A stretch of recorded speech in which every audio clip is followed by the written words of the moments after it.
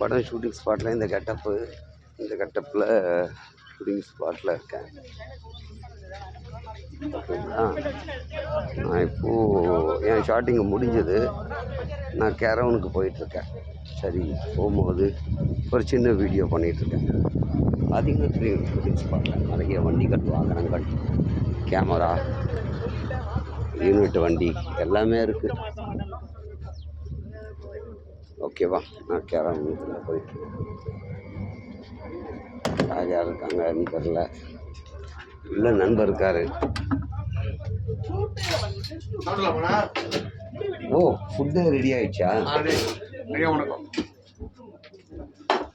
Video தான், லைவ்ல. யார் தெரியும்? உலக அறிந்தவர், ஊர் அறிந்தவர். இவரும் இந்த படத்துல ஒரு மெயின் கேரக்டர் பண்றாரு. ஆமா, அது ஒன்று மறந்துட்டேன், சாரி. பெண்களுக்கு அதிகமா உள்ளம் கவர்ந்தவர்.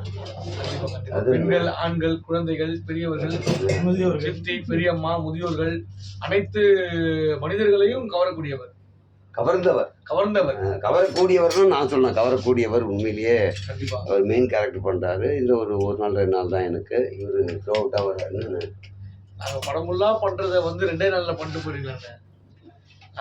கிளைமேக்ஸ்ல பின்றீங்களா? இல்ல, உண்மையிலேயே இது இவர்கிட்ட இதுதான் பாசிட்டிவாவே பேசுவாரு. அது எங்களுக்கு ஒரு பெரிய பயம். பி பாசிட்டிவ் பிளட் எனக்கு.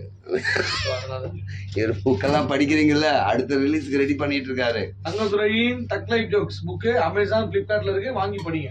தேங்க்யூ. டென்ஷன் ஆகும்போது படிக்காதீங்க, இன்னும் டென்ஷன் ஆயிடுவீங்க. இல்ல, டென்ஷன் ஆகும்போது தான் படிக்கணும். ஏன் தெரியுமா? இது படிக்கிறதை விட நம்ம டென்ஷனே மேல்டான்னு தோணும். ஆஹா, அவனுக்கு இதை படிச்சு டென்ஷன் ஆகிறத விட நம்ம டென்ஷனே எவ்வளவு கம்மி தாண்டான்னு ஒரு ஃபீல் வரும். அந்த டைம்ல படிங்க, தயவு செஞ்சு. தேங்க்யூ.